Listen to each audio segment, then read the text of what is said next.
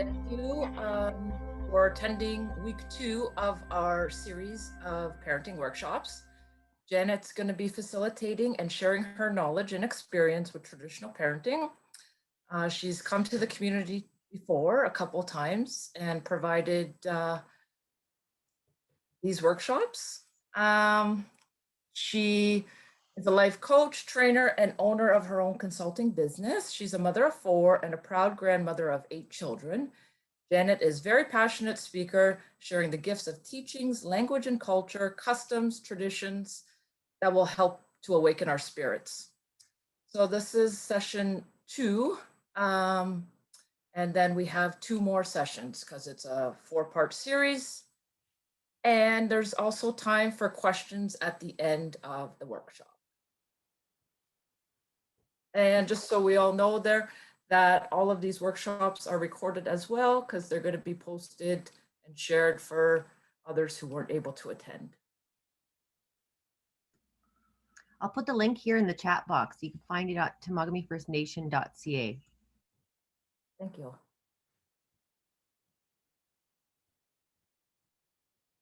Okay, well, thank you, Alice, again, and welcome to everyone. So much has happened in my little family since the last time I was on. I had a new grandmother again, and the baby came way too early. It's been really challenging for all of us, especially for my son and my daughter-in-law. Their baby came real early and was 1 pound and 13 ounces. I just can't even imagine that. I haven't been there. We're not allowed to. So baby's doing well. So we're so very happy about that. And they will be there. They're there most of the time. They take turns. So, but they have 2 other children, 2 other grandchildren I have. So it's been really challenging for all of them. So, but it's been great. It's been good, and keeping each other uplifting our spirits and all of that. So, and prayer. Okay. So today's presentation is on fatherhood is sacred. However, there was so much more from the last time. Fatherhood is sacred is not a long presentation like traditional parenting. So I'm going to do part of traditional parenting this morning still, and then switch over my slides to fatherhood is sacred. And so the last time we covered different areas, and the most important part was the first 7 years of a child's life, about what happens inside here. And the first child I had, the elders used to say, be careful of your thoughts, but there was no explanation as to what that meant. And what it means is the whole environment of body, mind, spirit, and how a mother is to be very calm. The father creates a positive environment. Even his mentioned where the father started to lower his voice when he was around his partner, and because of the unborn child, would not let any type of negativity. So the balance of water is this here. And always carry a bottle of water. This is the natural movement of water. So even in everyday life, for us to be in balance, that how important that is. I cover the soft spot, which is the direct connection to the creator. We all come to earth with this connection with the creator. And it starts to close up. It starts to form in the womb, and it's open throughout, and the brain starts to function at week 10. And this has been really important information for my son. He took it in the past, and so this has been really great for him to understand this, and for my daughter-in-law also. And it'll close up, and it'll starts to close up when the child is born, and then they come into the world, and they're about 13 moons is what they say. And then it becomes a pinpoint. There's a pinpoint in all of us. and that's for the spirit to come in and out of. It was believed, it still is the belief, that you never hit a child because you could hit out their spirit through the soft spot. Okay, we spoke of the placenta, and this is about all my relations. And that tree of life is all our relatives in our languages are named on that tree. And the one on the right, the human placenta, it's the exact same design. And so we are carrying, what that means is that we are carrying the DNA of our ancestors. We have blood memory, and water has memory. We're mostly water. 60 to 80% of our bodies is water. And an example will be, sometimes you will have a knowing, you have, or a remembrance of a certain teaching, and you don't know where that came from. That came from our ancestors. So be very thankful, grateful, that we do carry that, the DNA. We spoke about the connection of the umbilical cord and burying the placenta and burying the umbilical cord. And the placenta is buried to reconnect the child to Mother Earth. And it's also a natural filter to protect the baby from toxins. And it can outfilter drugs, alcohol, and the stress hormone. The belly button is buried because of how do you wish your child to be in the future. So it's like this is where I have connected the law of attraction to this, why the belly button is put away. And our prayers as parents and grandparents, caregivers, are so important for the children that are in our care.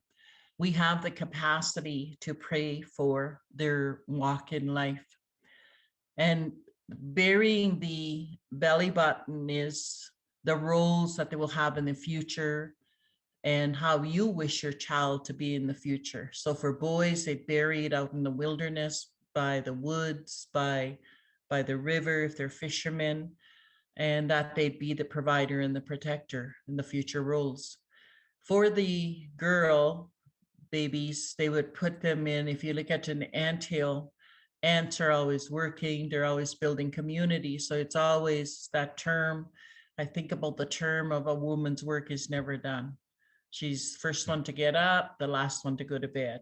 And it's all about movement, always working, building family and community. And then I spoke about a bit of the studies that have, whatever science has proven, our people always knew, but science continues to study us. We always knew these. Our ancestors always knew these teachings from beginning of time. The teachings come from the Creator. It wasn't from our people. The Creator gave the teachings to all people on Turtle Island. So one of the studies I speak about is the maternal, prenatal maternal stress study. It was an ice storm study. How they studied the children that were born during this ice storm, and today that how they suffer with anxiety and depression. And so it's all again about going back to the womb teachings, about being very calm environment in your in the study. It talks about how the mother is emotionally and mentally. So really it would be all about the physical environment of where the child is. So it's also about, for change to happen in our communities, it's all about going back to traditional parenting, creating the awareness. The first 7 years of a child's life is creating that awareness of attachment and bonding. And what happens when there is no bonding, creating that awareness is very harsh. It was very harsh for me to hear this and learn this because I used to think about, because I didn't have any teachings, carried intergenerational trauma in my life. And I always used to wonder, what did I pass on to my daughter? So I believe I passed on my behaviors to her, passed on my anger, because I didn't know at the time. I used to always wonder growing up, when in my adult years, why I was so angry. And I didn't realize it was grief, didn't realize it was learning the history of what happened to our people. Did I finally understand where my behaviors came from? 4 generations of residential school in my family. So it's also very important to understand that and to feel that. And if we have time, I'd like to play a song this morning, and it's all about, it portrays what happened to our people in just those 4 minutes of the song. And so I'll play it just before I do the Fatherhood is Sacred. All our teachings are of the unseen world. And so this is about the swing, about the moccasins, the hole in the moccasins is putting them, don't cook when don't leave food out at night. That has to do with the unseen world. So you don't attract the spirits into your home. So this is why you never leave dishes out, dirty dishes out, and put all your food away. So in the last doorway of the day, I spoke of the 4 doorways last time. The first doorway is when the sun is coming up, the most powerful, the most powerful time of day to pray is when that sun is just coming up, the miracle of a new day.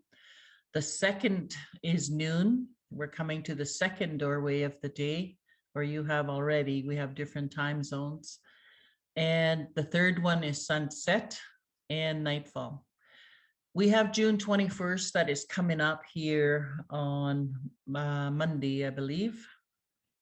For Aboriginal Day, I don't know what they call it now. Indigenous Day. I have no idea now, they always change. But anyway, I asked an elder one day, why is it June 21st? What is the reason behind like June 21st? And I always thought it was just a random day that was selected for National Indigenous Peoples Day. That's what it's called now. And so I asked the elder, what does it all mean? Why June 21st? He said, it's the longest day, first of all, it's the summer solstice. And also that is the day that we are closest to the Creator. That was so interesting for me. I just love the teaching, because I always thought June 21st was random, why it was selected. I didn't know there was a significance behind it. So it's a time of day that for prayer, new beginnings again, just like full moon, that our consciousness seems to open up, during that time, is how he described it. So the swing, spoke of the swing, and our people were given this tool. The teaching tools were to help with attachment and bonding awareness. These were like classrooms. The moss bag was like a classroom. The Tikanagan was a classroom, and the swing had to do with brain development. There's that movement of water like this. There's a chemical in the brain for immunity, but it's also about balance. And this was needed when because the mother is, when we were swinging like this, when we were inside our mothers, and when we come into the world, that we still need this movement. This is why the swings are so very important. Again, the unseen world is connected here with these teachings, that a child did not sleep in here overnight. And it has to do with the unseen world, where this was all taken apart. They didn't want the spirits to come here at night. So what I didn't finish is, I didn't do this the last time, did I, Alice? No, because I asked Heidi also, so I couldn't remember. Yeah. So I want to finish this, and these are the teachings in each of the stages. And this may be a little bit different from your region, but when you do get the PowerPoints and you're going to do this work, you can add in your own teachings. And this one here is how I was taught, but definitely you can change the teachings. So there's 4 stages of life, and it's child, youth, adult, and elder. And I like this here. I just want to do this before we begin. The 4 stages of life, the 4 seasons, everything is always like 4. And how nature is exactly the same way. It changes in season, just like we do in life for us as we age. When we're babies, it's the spring, the new beginning. This is when the grass is just coming up. And so in the summer of our life is our youth. This is the summer. This is the time that young people have fun. This is our training ground. Everything is all pristine, where everything is all green. And so when we move over to the next stage, our body starts to change, just like the Mother Earth. It starts to change color, which is the leaves are changing, the leaves are falling off. For us, our hair starts to change color, our body starts to, be different. And then when we move over to the winter of our life, which is the elder stage, this is when the elders have the white hair. And what I found throughout my years of teaching and meeting different nations is it doesn't matter what culture one comes from, all the elders look the same in the elder stage with the white hair. You can never tell many times what nationality that the elders are coming from. So this is important to understand because it will cover parts of the fatherhood is sacred, but I will still finish off with that. So in the child stage, it was quite common for grandparents to keep their first grandchild in the child stage in order so that they could give them the full attention to that grandchild of the teachings. And it was a way that we would never forget them, and then how they would carry on, because that child would be the one that would be the teacher eventually. But today it's for different reasons. Many times I have found that we have so many grandparents that are raising their grandchildren, and it's all about ending cycles. They don't want their children to be in foster care, so they're taken in. Just recently, I was on a site called Kijiji. This is where they sell items. I was looking for a tricycle, an adult tricycle, and I found one in Edmonton. So I went, and such a friendly couple, and they were raising, quite elderly. They were raising their 8-year-old, non-Aboriginal. They were raising their 8-year-old grandchild, and her daughter was an addict. And she said to me that I can understand, like, your people. She said to me that it's the same with us. It doesn't matter what culture. The addictions, it's for everyone. It doesn't matter. It's not only First Nations people that fall into the addiction. So she was telling me about her story, and it was quite interesting anyway, how she described it. They had to take away their grandson from their daughter. And the trauma, she said, I understand now about those first 3 years of his life. What did he face was that trauma. So it was interesting, and there is times that there's reasons why we meet up with someone. So in the child stage, the teachings were from before birth. Everything formations began in the womb. The brain started to function, and we were able to understand voices already, feel already in the womb. And I have seen programs where they have gone back, healing methods. Well, for me, I disagree with it, but healing methods that go back to the womb and the things that they felt, at that time. So it has worked for some people, but I really disagree with trauma-based uh, healing programs, because I feel that our people have been through enough, and we can't force anyone to heal. So it's got to be on their own time and on their own terms. So I have seen people struggle taking the training or healing of going back right to, to the womb teachings.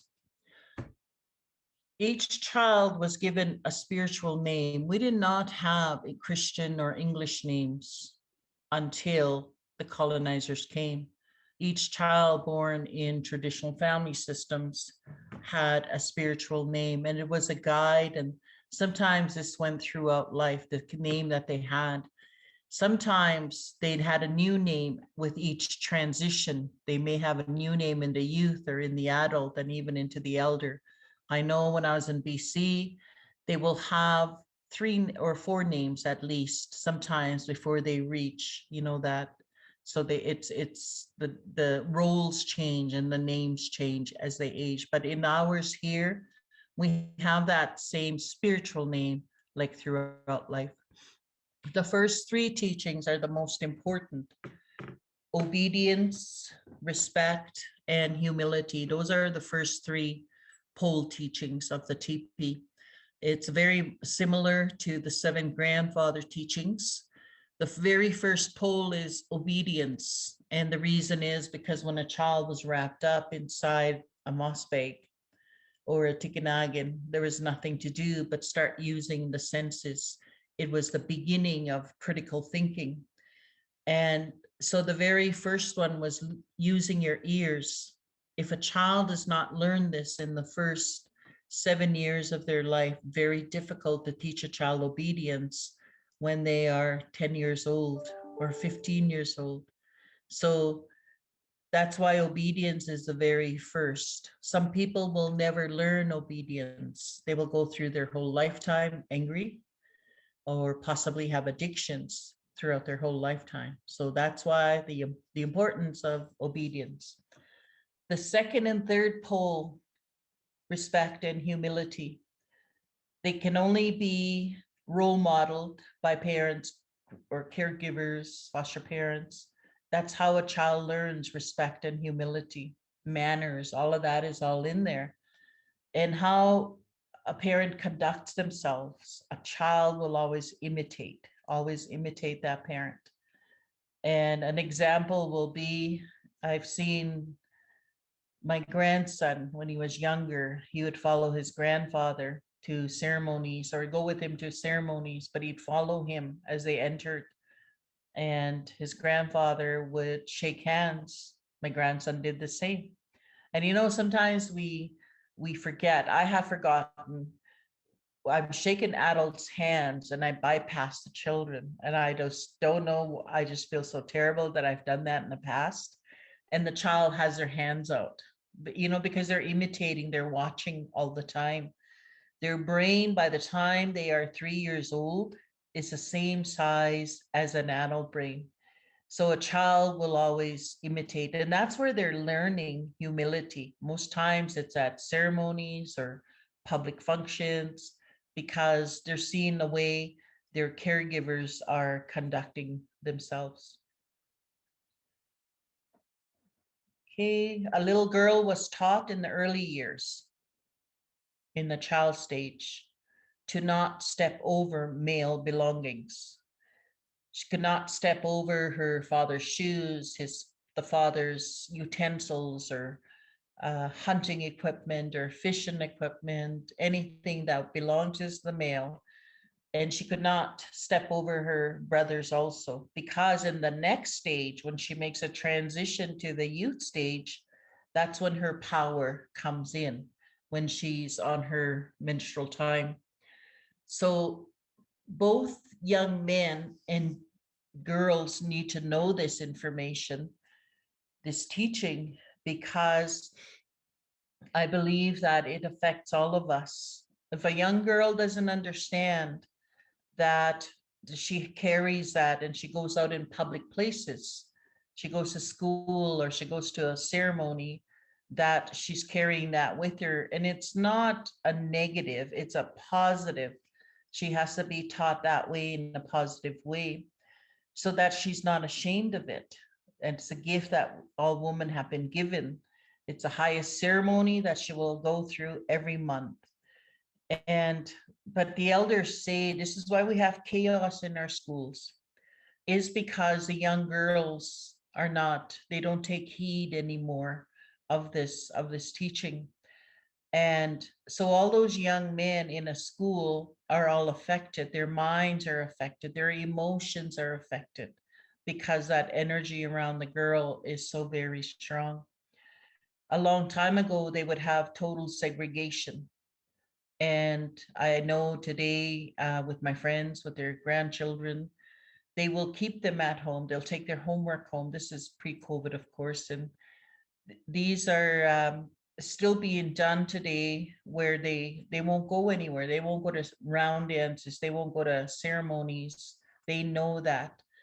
And this is how I remember. I wasn't raised very traditional, but I do remember these. But the explanation was not there.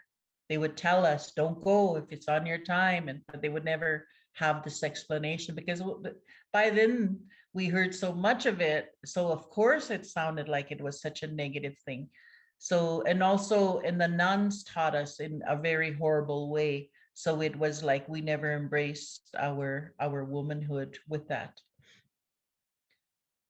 So the fire teaching in the child stage to be taught to the young boys at an early age. What that means, it means woman's heart. And the men are given to be the fire keepers. They are to look after the woman's heart. And the woman she's the home fire, to always keep that strong. If you remember in history or in our past childhood, that when our mothers weren't home, it was like it was so cold in the home until your mother got there, and it just changed everything. Her spirit came back into the home. So it would lead to, if we teach boys in the young at the young age like this, to me it would lead to respect for women. And that is such an issue today with like our people across Canada, with the missing and murdered Indigenous women and men. We need to start teaching these in the child stage for the fire teaching. So the rites of passage, the transition from child to youth now, is we never had time out. And this was the only time that youth were ever taken out of the community from a circle, was when they had the rites of passage. For girls, it would be 4 days, and they would be taught the teachings that they will have for the rest of their lives, how to conduct themselves, the respect, the teachings of the things that they couldn't do. Some communities have berry fasts. A girl can have berries for a whole year. And she also cannot pick medicines during that time. She cannot cut wild meat during that time because her energy is very strong. An elder said to us that how he taught was just awesome many times, because he just hardly any explanation to it. It was all there in just one sentence. And he told us, if a young girl is picking berries in Minnesota, and he said it affects Mother Earth worldwide. So that's all he said, but it really makes you think, and we do have teachers like that everywhere, that they just say a few words and it just makes you, just want to learn more about it. So the reason is that why she can't pick those berries or the medicines is because her spirit is so strong that she could kill the spirit of the plant or the medicine. So that's the reason why. She also can't cook, like during that time. She can for herself, but she can't cook for anybody else. She had her own utensils, her own cups. And I study this quite a bit, which is another aspect to this, is I asked one of my teachers, and I grew up with him, but I followed a different path because we didn't want to listen to the elders at the time. Him and his sister would I'd go home with them on weekends, and my friend and I would leave as soon as we seen the elders coming. This would be in the 70s. And so we would leave him with the elders. And one of the things that he always shared with us is about how, okay, sorry about that, just admitting someone in, of how we need to listen to the elders today. But as a young person, it's very difficult. So I'm finding that still today, where young people have a hard time listening to the elders. And this is why we need to be innovative when we're speaking and teaching with the young people. And we cannot totally live like how our ancestors lived a long time ago. But the teacher that I'm talking about, I asked him so many questions, asked him so many things, that it finally led to, he said, our culture is very much like the Jewish culture. And he explained the reasons. He said those armbands at funerals, that was not ours. That came from the Jewish culture. The ceremony of rites of passage, bar mitzvah, bat mitzvah, is the rites of passage for Jewish people. And he said, this is where the similarities, different things. I asked him, why do we not eat pork at feasts? He said, it's the same as the Jewish people. Pork is unclean. So I'm so very glad he's been, so very open with me throughout all these years. And so he goes back to saying it's all in our creation story. But I don't know the whole creation story, and it takes at least 20 days is what they say to go through the whole creation story. So today I study religions, and I think about the similarities in our cultures, in our ceremonies, and the same beliefs. So really, when I started thinking about this, we're all one. It doesn't matter what color you are. It's just that we have the same teachings. The same with the baby rattle. I was researching why all babies around the world have baby rattles, and I think about, where was everyone given this teaching? So if you look at old pictures or Victorian style pictures, black and white, you'll see babies holding baby rattles. And I just think about, where did they learn this teaching? And so many things, the connections that I've had throughout the years have been so very interesting for me. So in the 4 days of the rites of passage for girls, is that the volunteering in the community, helping out with the other children, because these are the roles that she will have in the future. And she is honored in those 4 days. And when their hearts will be touched. Somebody recognize the transition that they have made. We really need these ceremonies and communities at least 4 times a year. I know families will do their own. And it doesn't, when one of my colleagues, the Carmel, I introduced her to Alice, she speaks about how she did her own daughter's rites of passage, but also she has clients that those clients could not afford a 4-day event, 4-day ceremony.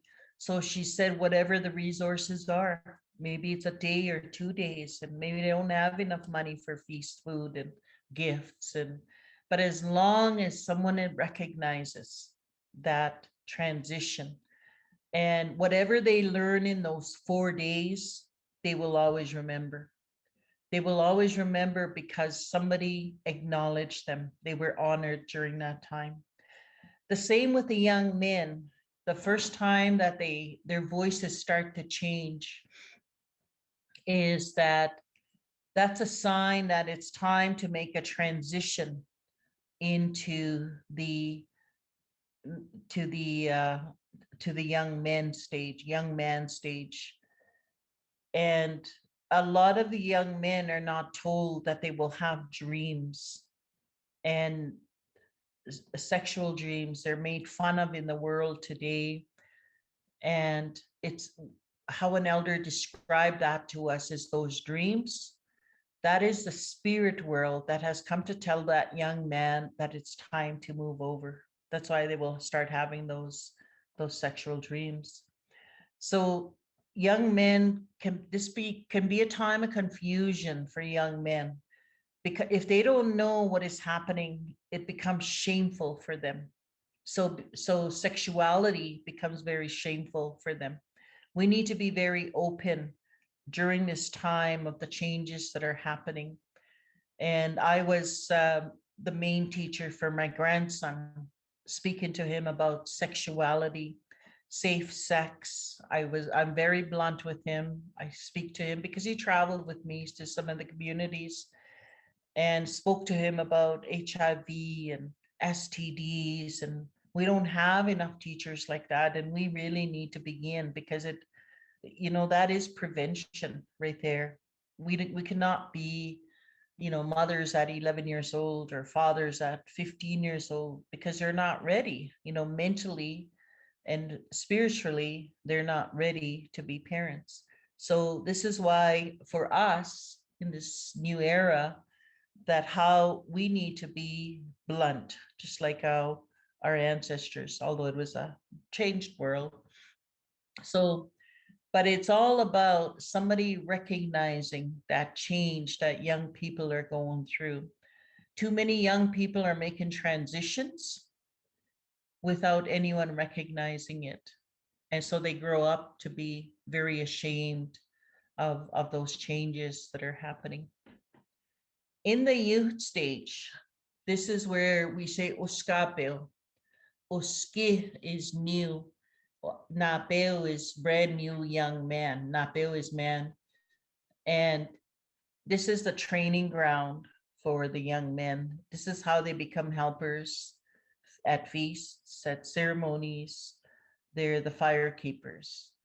And many times young men do not understand what the fire represents. This is another area I believe that is so important. It's like a fire draws young people or people to a fire. And I believe the conduct would be different if somebody explained to them why they are the fire keepers. And that again, that's our job. I have a friend that's a teacher that brings his young boys outside 4 times a year, and they build a fire and they go through the same teaching. So he so believes that it will lead to respect for women, and also responsibility for for that young man. Girls here also is like their training ground. It's a time to prepare that someday, that in the future, that they will be parents. Kinship is about, it was so important in our traditional family systems, and it still is, that we need to know who we are related to for marriage purposes. We can't come from the same bloodline and then marry and then have children, because the consequences are huge. An elder described to me that there'll be new sicknesses in a family system, or the child will be sick. He was very blunt with us. And so a child needs to know that even they say it's your second or third cousin, that you're still coming from the same blood system. So kinship is also about respect, how we conduct ourselves around our brothers and sisters. Brothers and sisters can't be in the same room to be speaking very inappropriately, swearing. And the same with the young men and boys. And I see this quite a bit in the schools, where there is sometimes no respect, that they're swearing at each other. And it's just such a different world from when I seen it, like growing up. Very uncomfortable if I'm ever in that situation where I have brother and sisters in the same room and they're speaking very inappropriately. But growing up, it was like a knowing. My brother, despite his addictions, has always been very respectful towards me, but because he must have had that knowing himself to not swear in front of me. So it's so many changes I've seen throughout the years where, although we were not traditionally raised, I noticed my brother seemed to know a lot of things. So it's been, very interesting for me to observe him many times. Adoption was about love, and the names that we have with our relatives, like aunt refers to as little mother. So which was about the role of, should that child lose their parents, the little mother will take over, which is the aunt. The same with um, the uncle is little father. They would take over the role of parents if that child. A child still needs teachings as if they have parents. So it's a responsibility of the whole community to to take over the teachings of this young child. Okay. The teaching lodges, the last time teaching lodges were done was 1920 in my area. And then colonization totally took over, I would say. So what they would do in the teaching lodges is they would bring the youth together 4 times a year, speak about the teachings, just to remind each other. It would be the same each time. The same teachers, it would be the teachers in the community, the elders, speak about 4 times a year the same teachings. And it was a way that it wasn't lecture style. It was a very respectful environment. And this is why I always tell the facilitators that I work with that not to use lecture style, because this was how we were taught in school many times and we didn't retain it. And there's no respect to that when someone teaches in that way, lecture style. Okay. So when we move over to the adult stage, in the marriages, men did not marry until they were in their 30s at least. The reason is because of the responsibility that they had. They had to know how to hunt, they had to have a home, to know the teachings of the respect of a woman. And so that was into at least 30 years old. That's when they would marry. Creator made us different. Creator made us, the men and women, differently, and not a put down to the men at all. But the men are still maturing between 25 and 30 years old. With a woman, they mature faster because we're going to be mothers. And we can't be childlike when we become a parent, a mother. But in my healing, I found that I was very childlike when I became a parent because of the anger that I carried. And I always wondered, of course, where it came from. And then when you heal the child, that's when the adult appears. I had to heal my childhood and acknowledge the things, the trauma that I experienced as a child. And this is where my behaviors came from. So when a child experiences trauma, they're going to close off. They won't let anybody near them. They become angry, temper tantrums. I carried that with me in my youth stage, right into my adult stage, until began my healing journey in 1996. I finally understood when you heal the child, the adult will appear. And it's been the most important teaching of all is that we all have to heal our childhood. So in the adult stage, we start to implement the songs and the teachings, the ceremonies that we've been to attending as a child. helped in the youth stage, and then we start to implement our own. So when we move over to the elder stage, this is, we earn the right. We don't automatically become an elder at 65. It could be different in communities. A long time ago, though, it wasn't. You could have still been 80 years old and you'd still not be considered the elder. You had to earn the right to be an elder. When you knew your language and culture, you were the keepers of traditions. And so this is when they'd move over to the elder stage. So in the center part, the spiritual foundation is, people were already sat there in the center of the village, of the camp. And they were the leaders, they were the spiritual people. And that's when they would ask you to come and sit with them, is that spiritual foundation. When you've done your role as an elder, they would ask you to come sit in the center.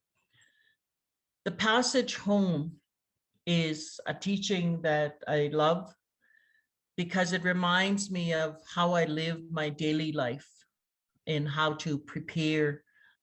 It's every day is our journey home to the passage home, to the spirit world.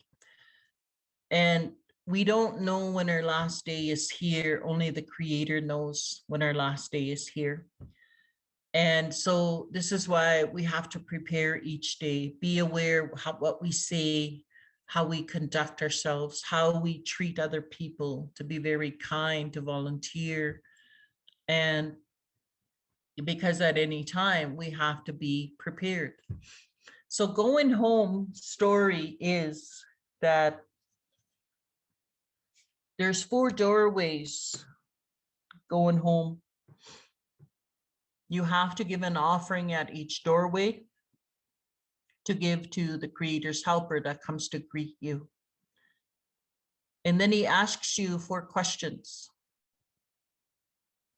The questions he asks you at each doorway. And this covers the reasons why we bury our loved ones with moccasins and why we have feasts.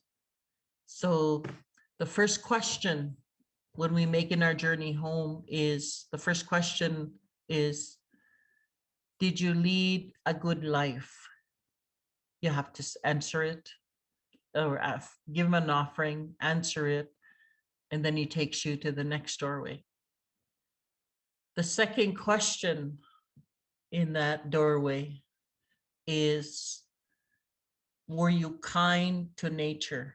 And this is attached to the teachings of, we say, Ochenewin or Pastahuin. And that comes from when we don't follow the Creator's laws and we have broken that boundary that the Creator gave us, there's a consequence to that. And so another one is being kind to nature, to animals, to the land, to be always respectful. So that is the second doorway. The third one is, did you make restitution? That's the third question. So you have to give an offering. Restitution is, did you make things right that you may have done wrong? Now, this third doorway is narrow. And this is why we bury our loved ones with moccasins. This has been here from the beginning of time. And that doorway is very narrow. And it's like so natural to walk in balance when you're wearing moccasins. You walk very lightly. And so that doorway is, it's easier to walk forward with that. So the fourth one is, did you have forgiveness for self and others? And then you have to give them an offering. And you can see in the fourth doorway is that you're almost to the passage home. And you could see your relatives that have passed on, but you can't go there until that feast is done on earth. This is why there's a timeline to that feast day. And because we followed Western world influences throughout these years, sometimes on a funeral day, I have seen funerals end at 4 and 5 o'clock, and then there's a feast. That's way too late. There's an elder in my community that says if he's trying to bring that back, this teaching, and I really honor him for doing this. If he says, bring your feast food by noon, he means it.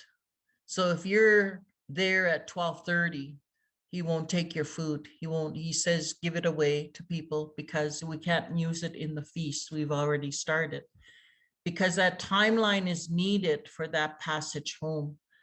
And he does explain in the feast why he's very strict with his timeline, and very first elder I've ever known, to do this. So every day is being aware how we conduct ourselves, being aware of how we are, our energy, our spirit. Healing is always so important. Every day to do those 4 aspects of spiritual, mental, physical, emotional. Have to use those every day for us to be in balance. Okay. Does anybody have any questions right here, comments?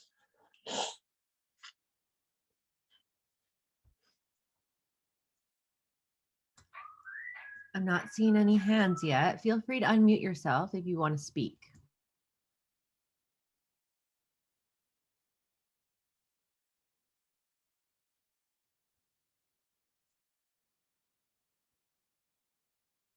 Okay, I'll just carry on. Or just save it till, just a minute.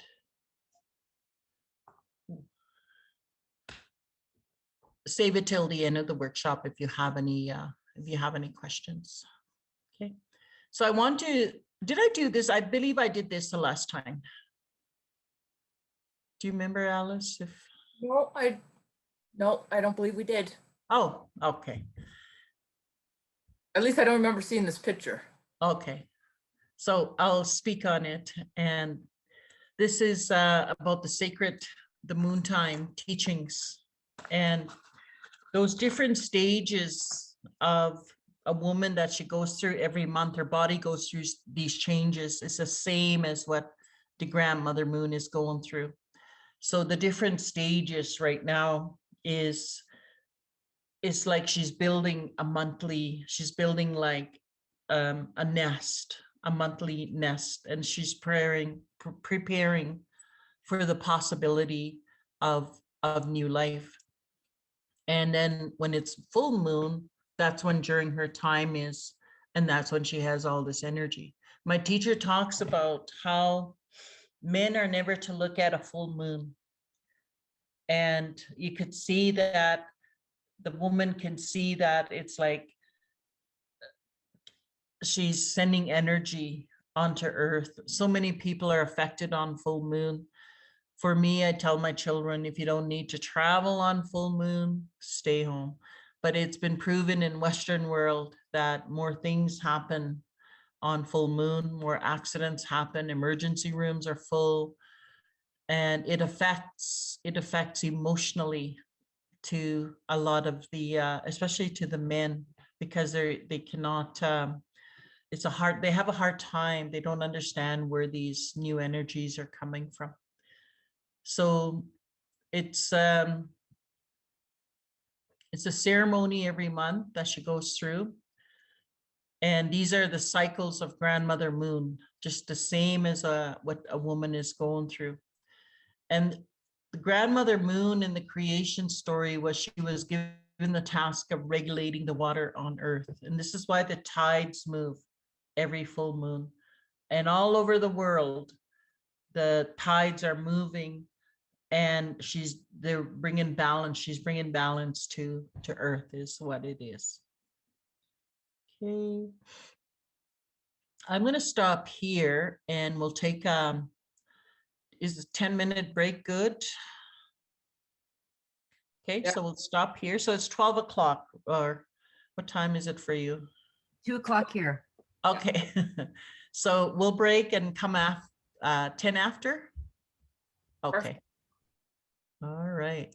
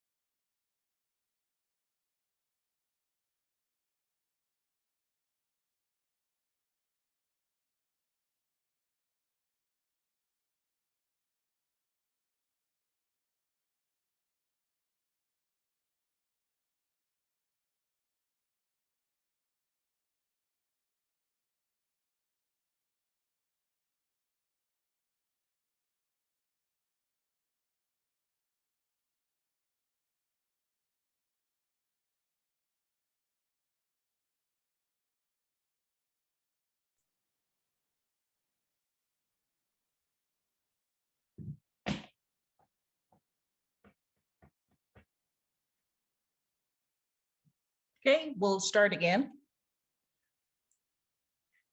There is a lot to cover in traditional parenting. Very unfortunate, that I can't cover everything, but this part is also very important because it's interesting for our healing, useful for our healing also, to find out how did we lose our systems.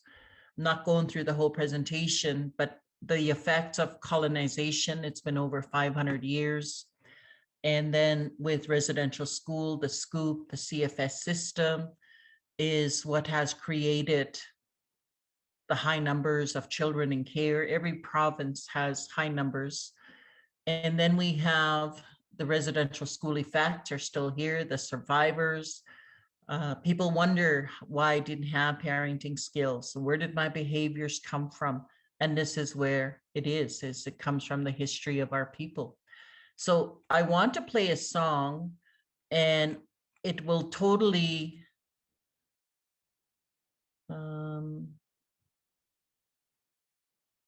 share sound. There we go. This will totally explain what happened to our people. And I'm going to play it. And it's only 4 minutes, but it totally depicts of what happened to our people and how we lost our systems. So I'm going to play it, and then we'll, if need be, we'll wait for people if they want to make comments on it. Actually, I'll ask each one to see if anybody wants to make any comments. Okay. My sound here.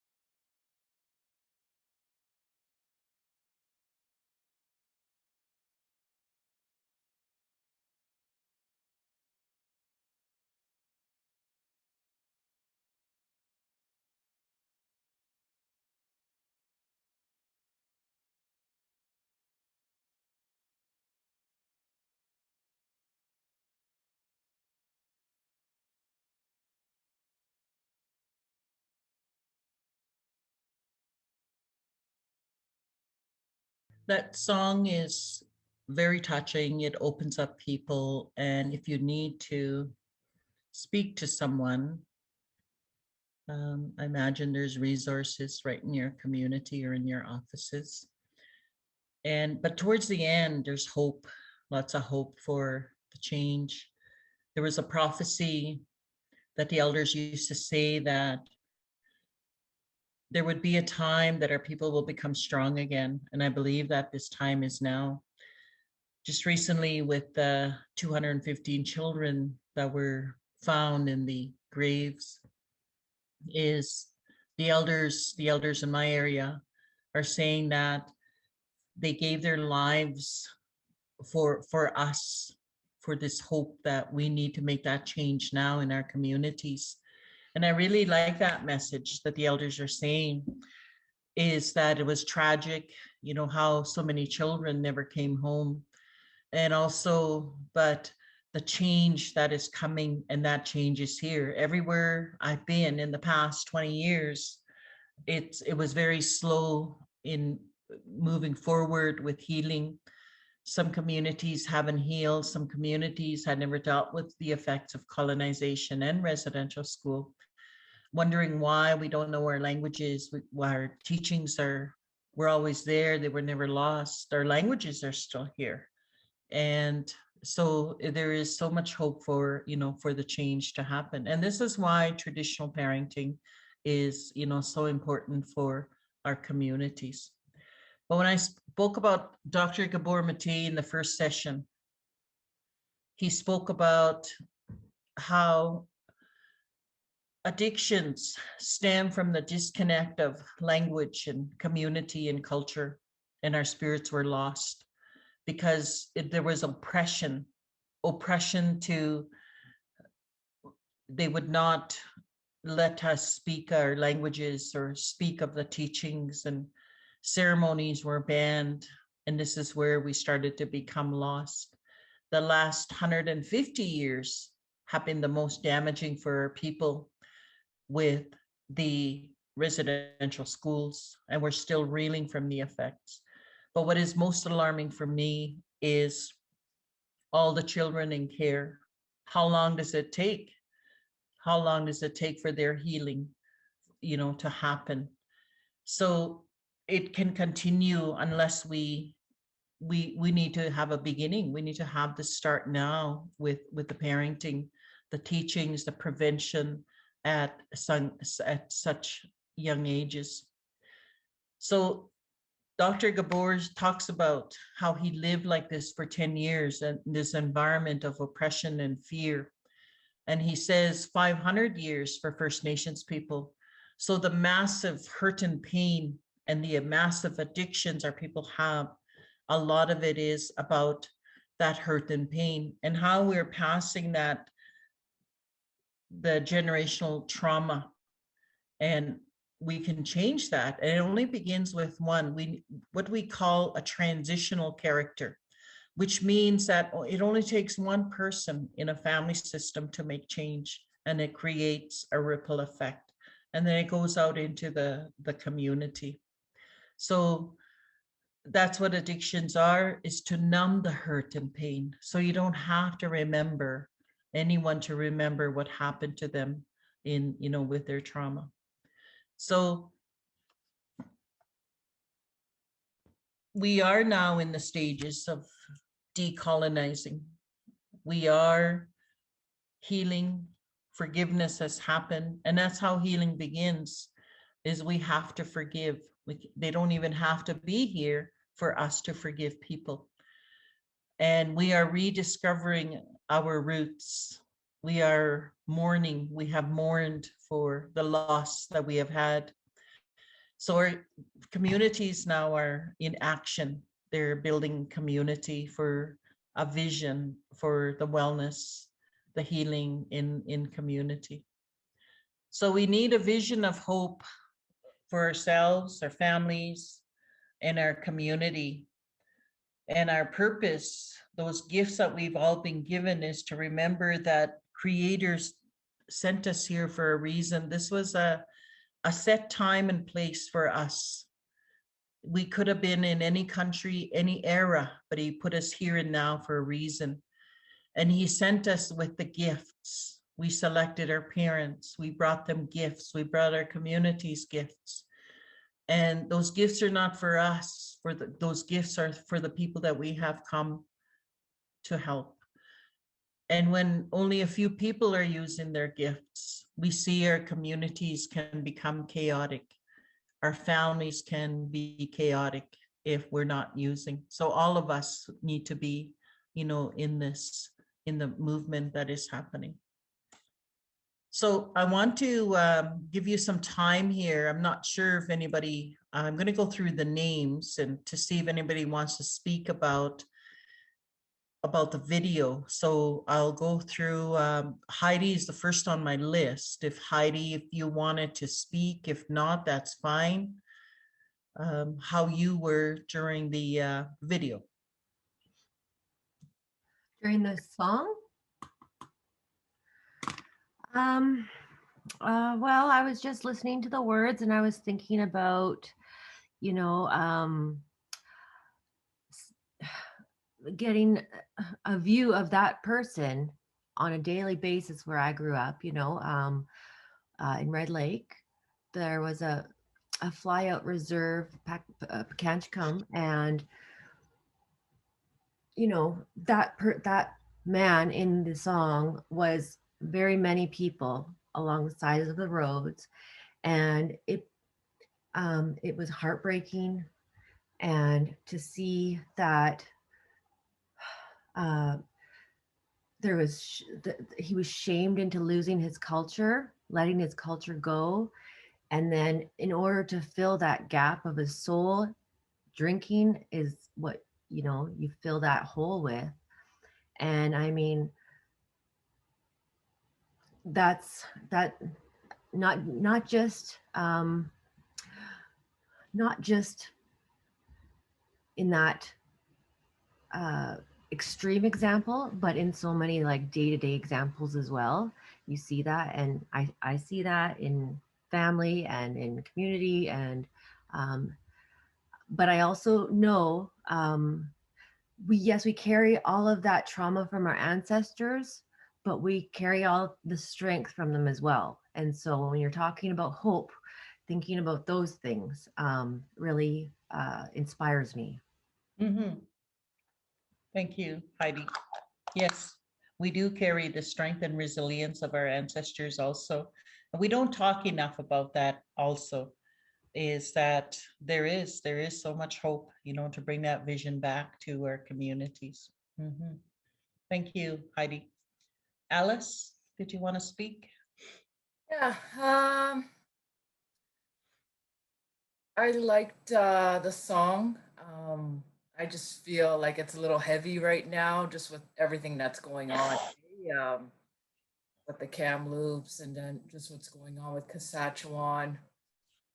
Just very much feel for all of our people that are struggling.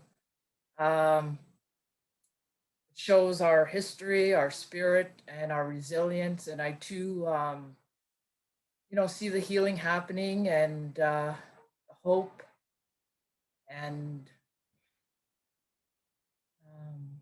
I thought it was a really good video. Mm-hmm. Okay. So in the mail that I sent, the USB, everyone would get that. This would get the song, and but a remembrance that I wouldn't play it to anyone that is new into healing. Just to, take your time with it if you're going to use the PowerPoint. Thank you, Alice. I'm not sure if I'm going to say this right. Bosch. Did Bosch want to speak? I don't really have too much to say. I've seen that video quite a few times, but it really does show. Um, I'll be right back.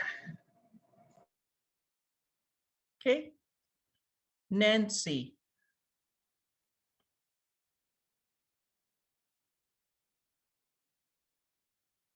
Is Nancy on? Yep, I'm here now. Oh, hi, Nancy. Hi. Um, so like Bosch, I've heard that song quite a number of times. But right now it was fairly triggering. Just because of, again, the Kamloops findings, and then the continuous findings across Canada now.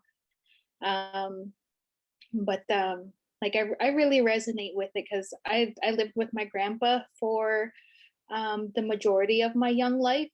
And he is a residential school survivor. And he never shared much about that part of his journey. But in my experience in living with him, he used alcohol to numb his pain. But that never took away from his ability to be a good role model for our family. He always made sure his children were cared for, that my gram was cared for. And his way of saying I love you were through acts of kindness to ensure that everyone was cared for. And so my gram actually just recently shared a bit of her story on how like my grandpa's experience within that institution, and how it I guess transferred over to her in that like love being an uncomfortable thing in the household. As much as they knew it was present, it was an uncomfortable word to say, and it was just uncomfortable to talk about. And my gram just recently shared that so I made the decision that with my daughter that cycle was going to end, and that affection and things like love was going to be something that we would express freely, and to ensure that that others feel that from us when we're in their presence. And we don't live close to them. My home community is about a 10-hour drive away from here, and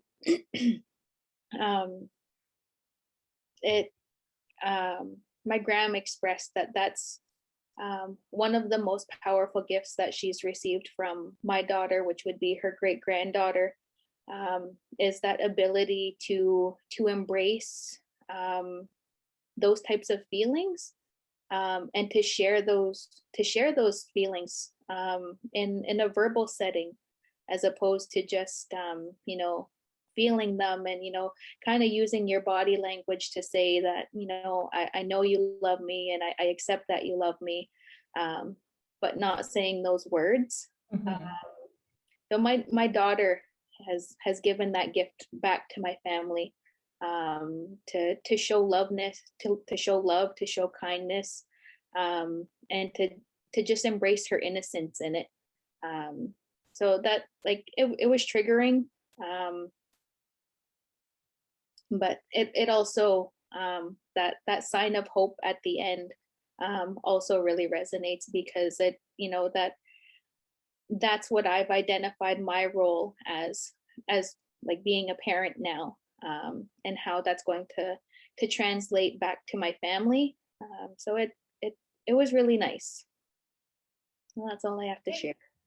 All right. Thank you, Nancy. One more, Robert. Hi. It was a lot to process. I mean, I've never heard it before, nor seen a video of that like that.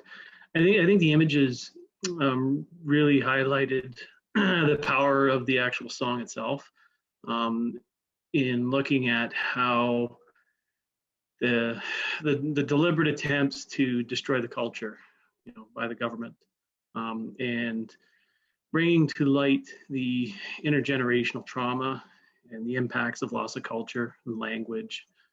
And I think, as you sort of talked about, earlier, is that right now we're sort of in a different era where people are no longer becoming these big defenders of colonization, and they're now starting to actually recognize the impacts from colonization.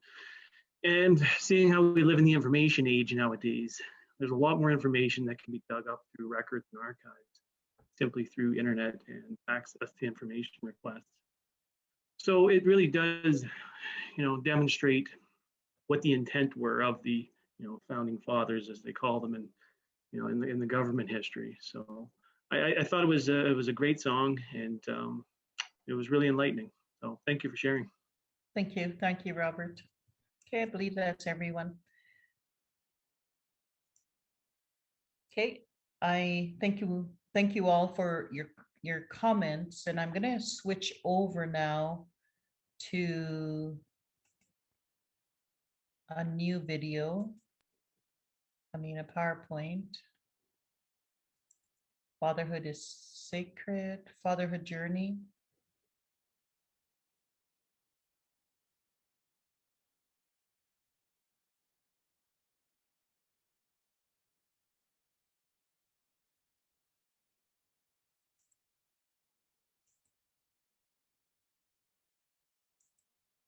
Oh, did I do this wrong?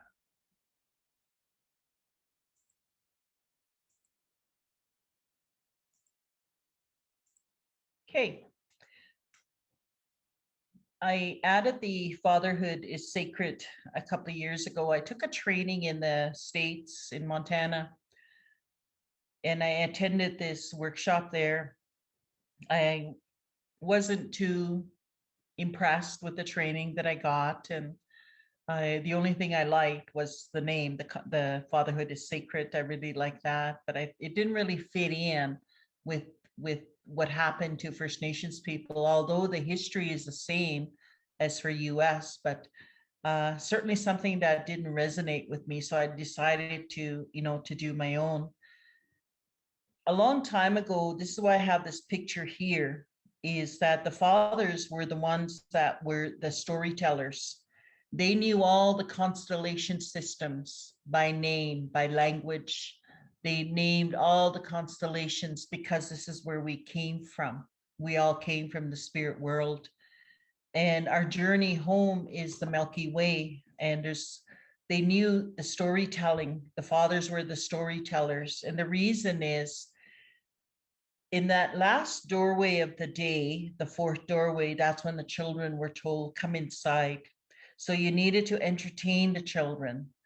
And this was the time, a set time where the children would listen now to the storytelling. And because there's also teachings and virtues that they will learn, there's also the sacred teachings that were in these, and all fathers knew to be storytellers. And many times that storytelling is so very, very powerful, especially when they hear your story as a parent. They understand what happened to the history of your mother or your father, and maybe they face trauma, and the children certainly learn from that when they know this history.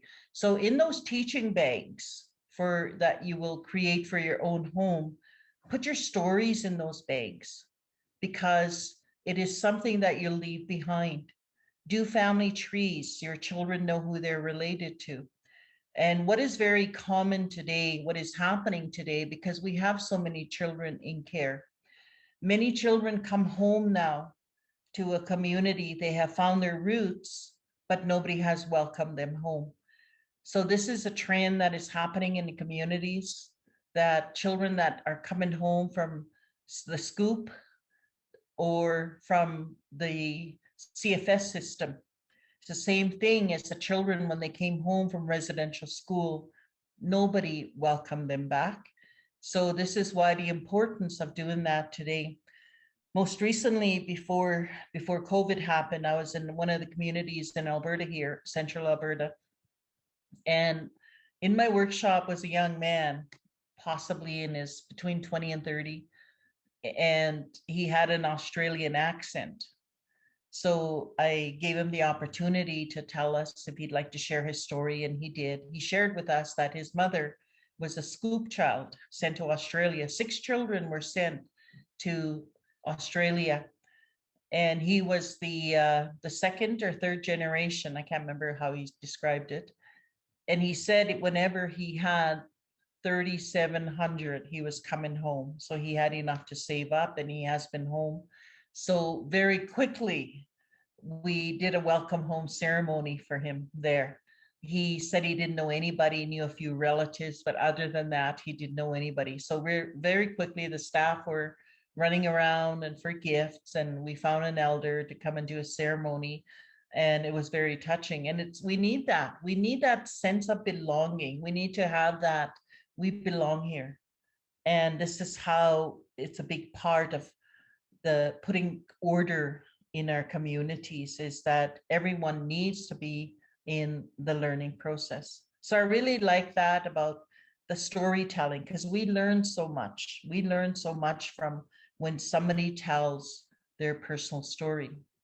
So in the past, we forgot the fathers in the healing movement. It was only in the 80s when the healing movement began, it was only mothers and children. And then we forgot the fathers. And the roles, it was the roles that it's understanding also in this presentation, how did the men lose their roles? So that video explains it, because their roles were taken away by Indian agents also. The Indian agents stripped the role away from the man. When we got put on reserve systems, the men were the providers in our communities and the protectors. All of a sudden, the Indian agent is doing that, giving the food to the people and protecting them. And so the man was stripped of his role and became very powerless.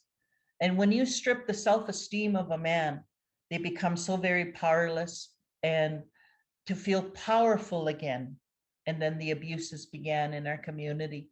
It's a long history that's a big part of, that goes with the video.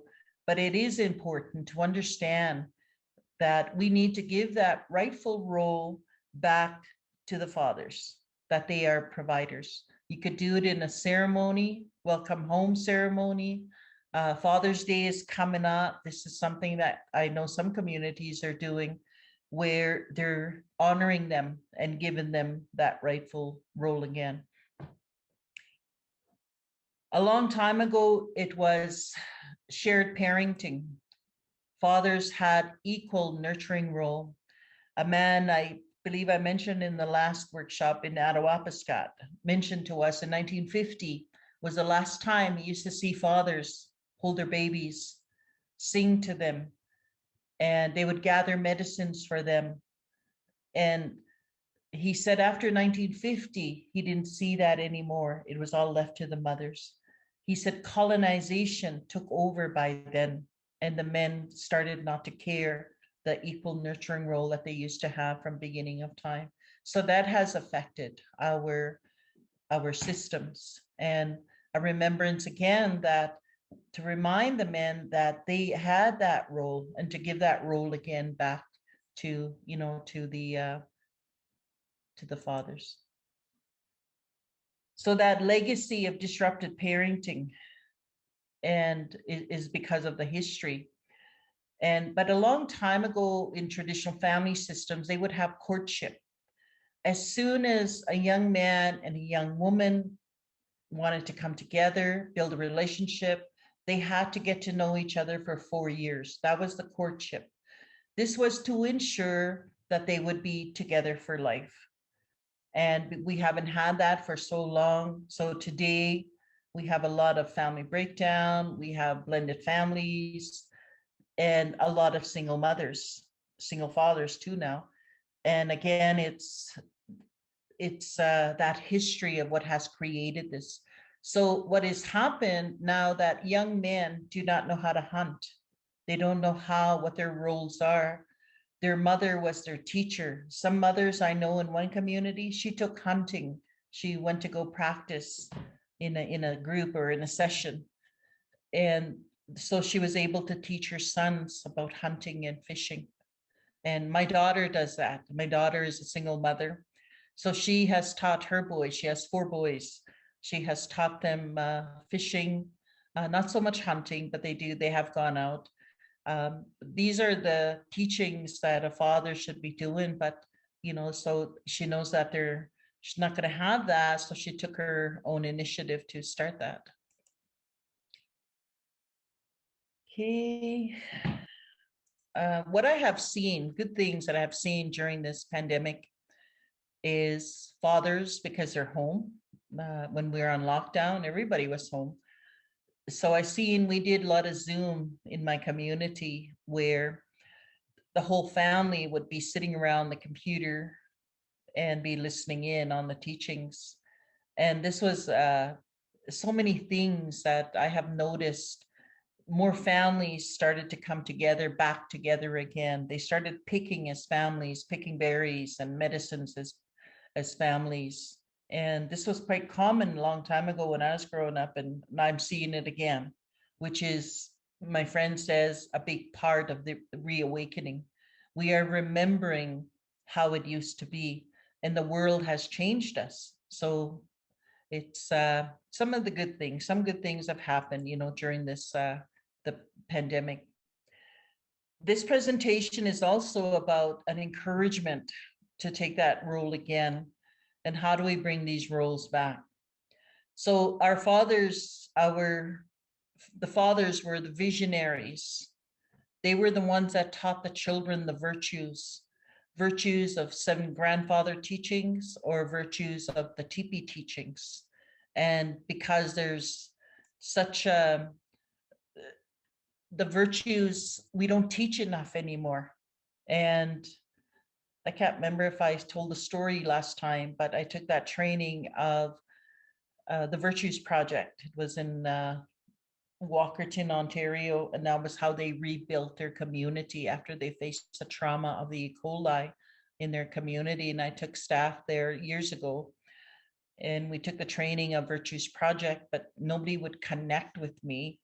And I was ready to change the world, came back to teach it. Nobody would, until I came across the teepee teachings. And hopefully in one of the sessions, I'll add in the teachings of that.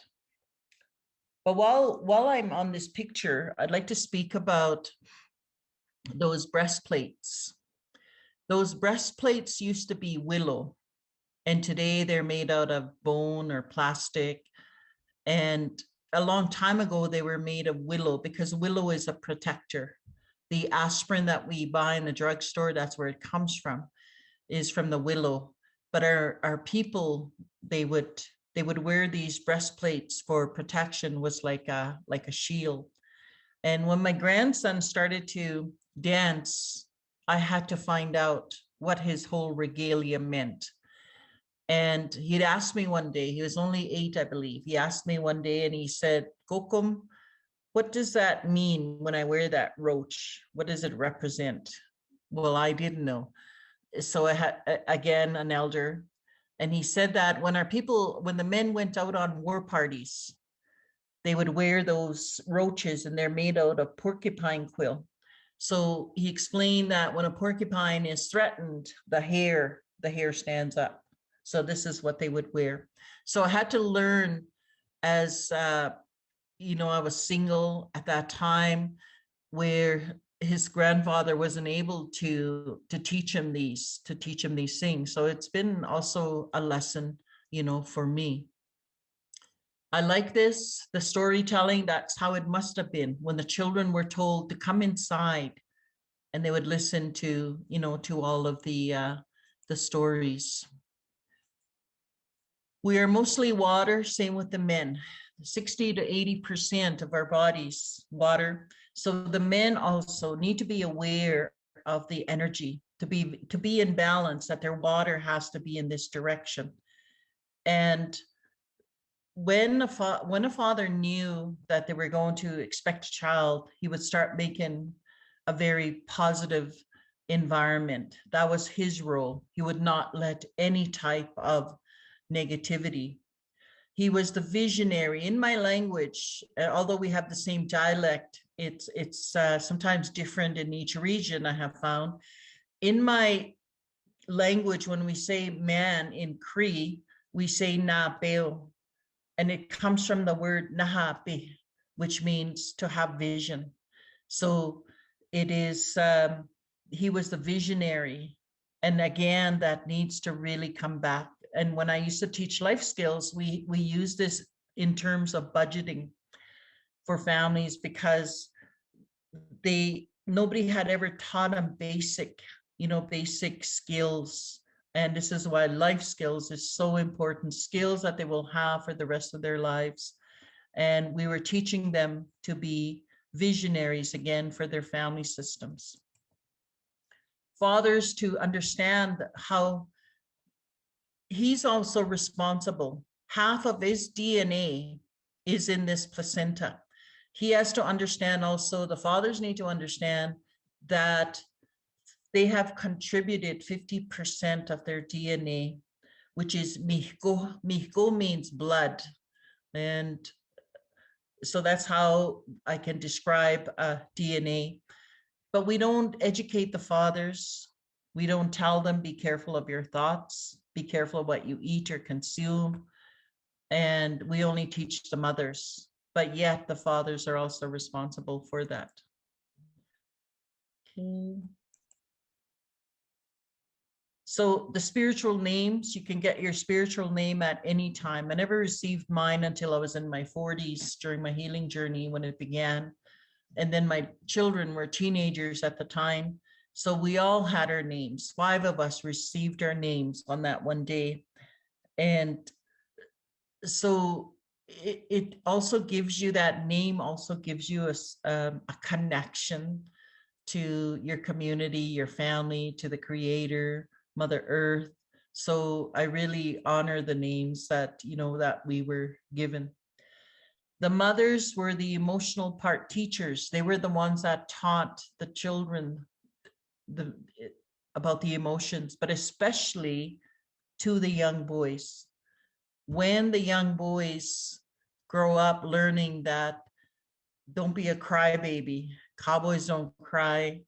The men grow up, that young boy grows up and thinks that crying is a weakness. Crying is healing. Creator gave us tear ducts, and we have to release those that hurt or those tears. And sometimes it's happy tears, but if you're keeping in the sad tears, it hurts your eyes eventually. It hurts here, the Adam's apple comes out. And so, but it also eventually over time will affect your whole body. Because all those emotions have nowhere to go, so they'll start to, an elder describes where it starts, diseases, sicknesses, when you have no way to release. And that crying is healing. It's okay to cry. And to have those teachings at early ages, and for these young boys to be able to express, because it'll affect relationships as they get older.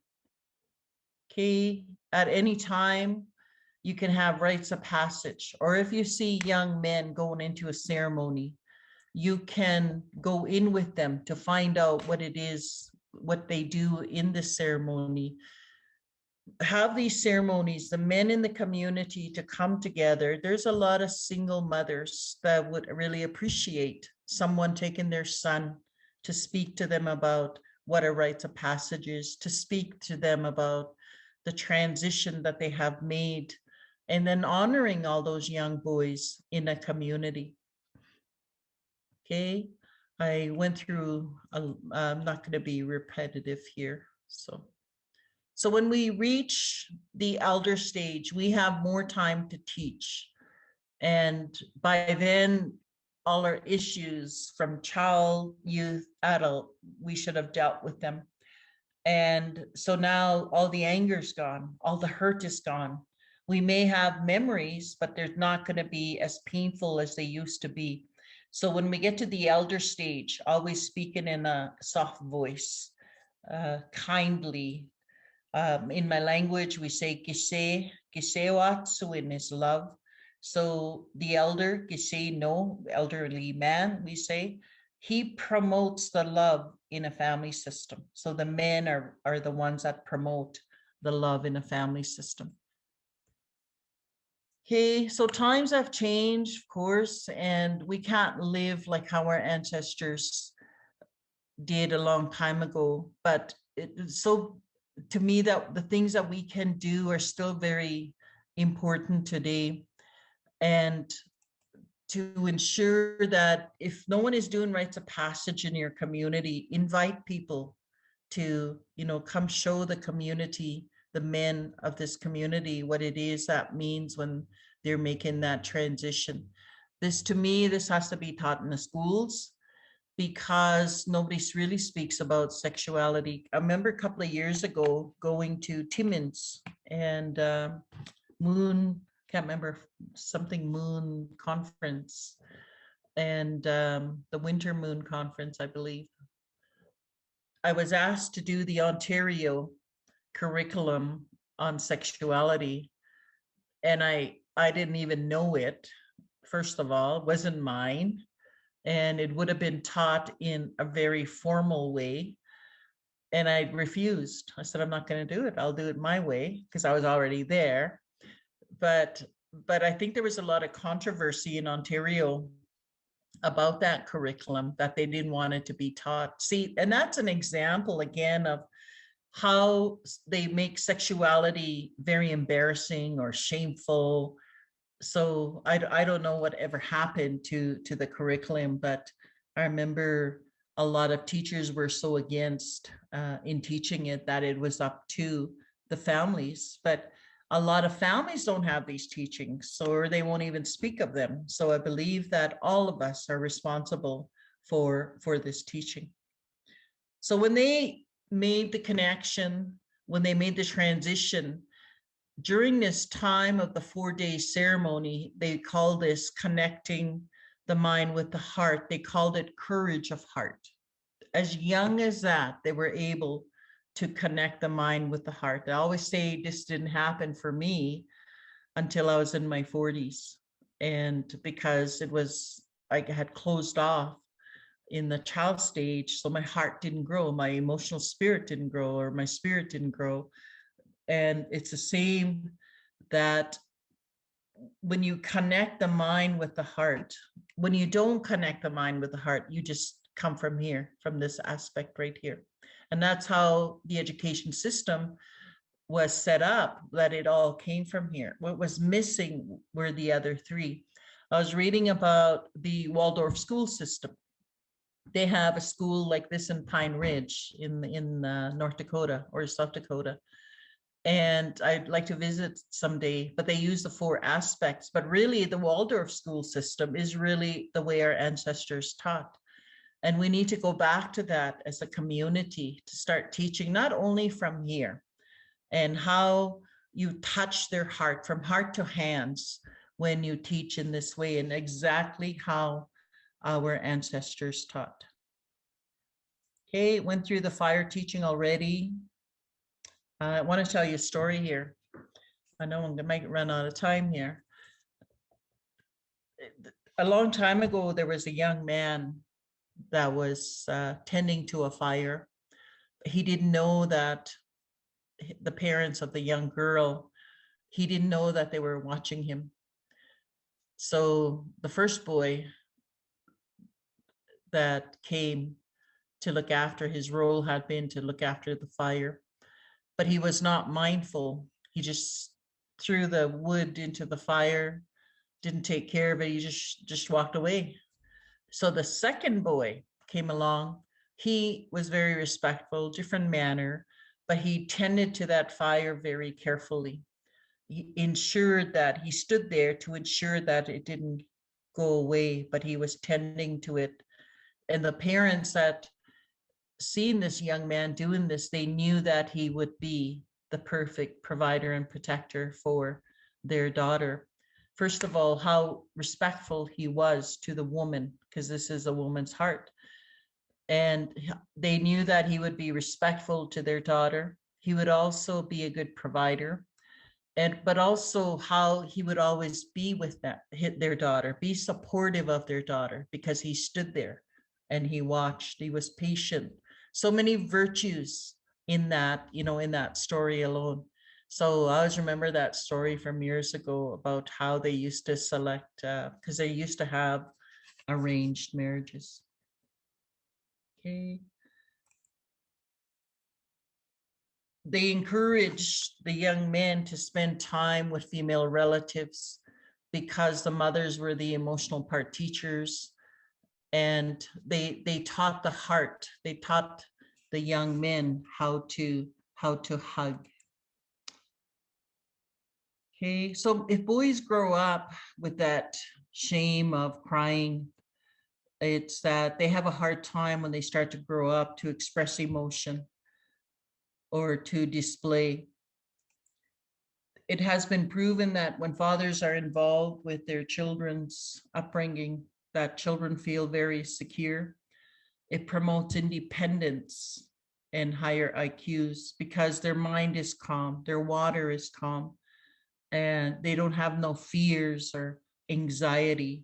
And when Dr. Gabor Mate spoke about how his parenting was, creating chaos in his home by his behavior, which was Jekyll and Hyde, his children were walking on eggshells because they didn't know how his father was going to react with certain situations. And I remember being a parent like that. I remember being just angry. All of a sudden, I'm just loving and happy. But then I could just changing. So I can imagine how my children were not, at ease with me. So they never knew.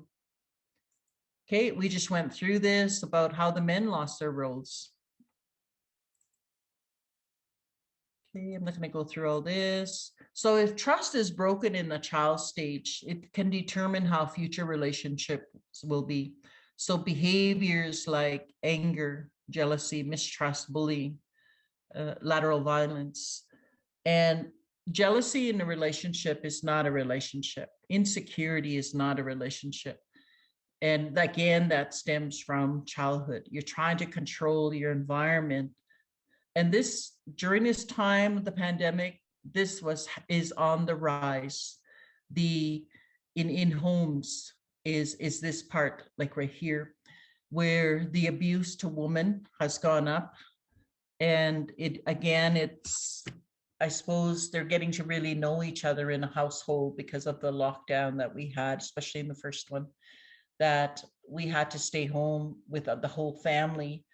And this is where, especially in my community, we have seen the rise, but also all over Alberta, all the homes, the shelters, the women's shelters are full because this has really affected the men.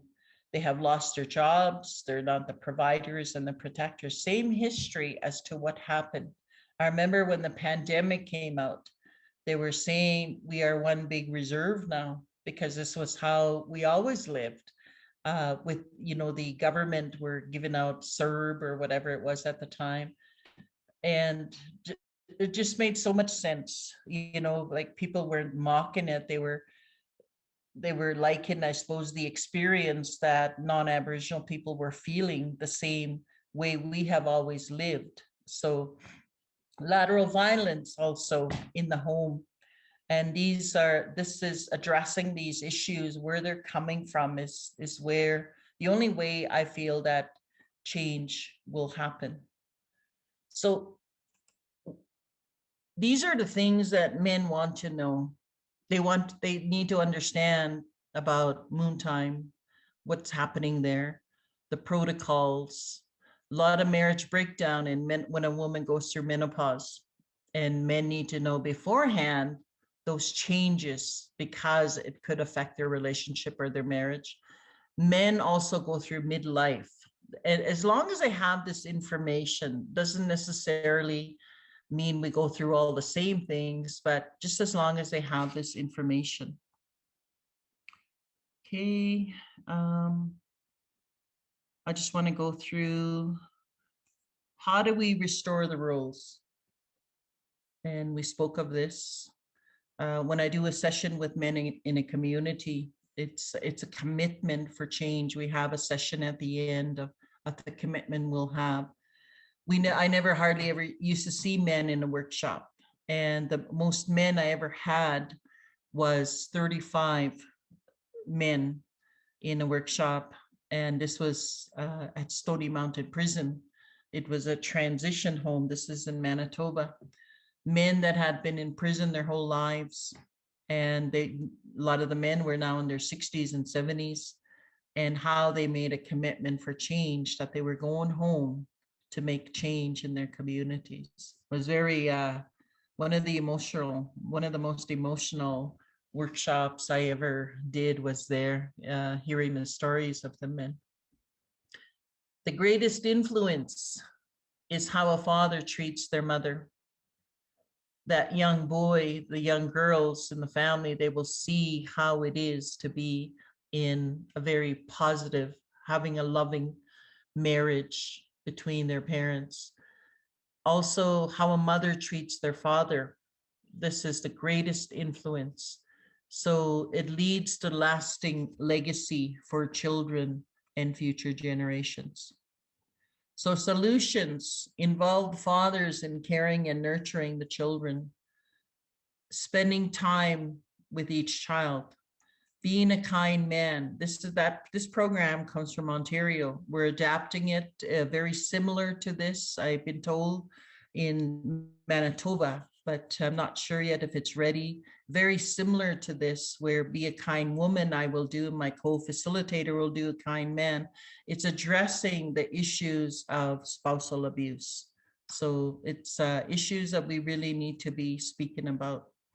So solutions, more programs for men, long-term solutions, ongoing support, awareness workshops. And I was just speaking to somebody in your community this morning about the camp that will be in August. And I like the approach that they're doing about land-based teachings, and it's very unfortunate I won't be able to go. But that ongoing support is so important.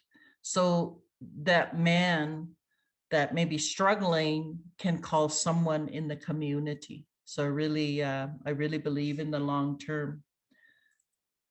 So how do we bring the rules back? Do your teaching lodges. The men in the community can build a lodge, and they in your areas they were called saputawan, and they were like trees just put into a structure like this. And I taught in one in Moose Factory, and it was such a peaceful environment. But this is where they would bring the young people 4 times a year. You could still do that in communities. This is a program that was 8 sessions, and it was like an aftercare program, or in a men's group. I see a lot of men's groups now in a community, and it's not only always about healing. They have done, like they go golf or play ball or whatever it may be. So it's just something to take a look at when you receive your PowerPoint. Time is the greatest gift to your children. And an elder told us that when your child comes running to you and you're busy cooking or doing your work, and you say, I'm busy right now, go see your mom, that you never get that moment back. That was your opportunity to connect with your child at that time. So I always remember this when he told us. Being responsible for all children. And I see it is common today, blended families, and I hear a lot of sad stories of foster children or stepchildren, where they'll say that their stepmom doesn't accept them or their stepfather doesn't accept them. There will always be a spirit broken in that family unless everyone has peace and love in that home. So you have to accept all children. It's not the children's fault. It's what the elders taught us. So with that, I want to close this about how we can do the change by following the teachings of our ancestors, and that always to remember what we do today will affect the future generations. Am I over? little bit over. So, but with that, if somebody has any comments, it's open, and really, really enjoyed this. Really enjoyed today's workshops. I know I'm always sound like I'm rushing, and I don't really follow the format that I'm used to. So it's, but anyway, if nobody has any questions, I will, I just want to check this message.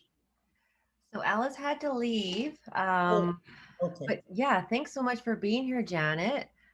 We have another workshop on the 30th, which is a Wednesday this time because of the holiday, right? What are we going to be talking about next week? Decolonizing our diet. Okay, awesome. I Plant world. So the next one is on the 24th. 24. And then 30th. Oh, right. Yes, I skipped a week. My bad. Okay. 24th is Fatherhood is sacred. I mean, sorry, the plant world, and it's decolonizing our diets. And again, something I added in the past couple of years because of the health of our people, that we have sicknesses on the rise. We have diabetes, cancer, arthritis that is on the rise.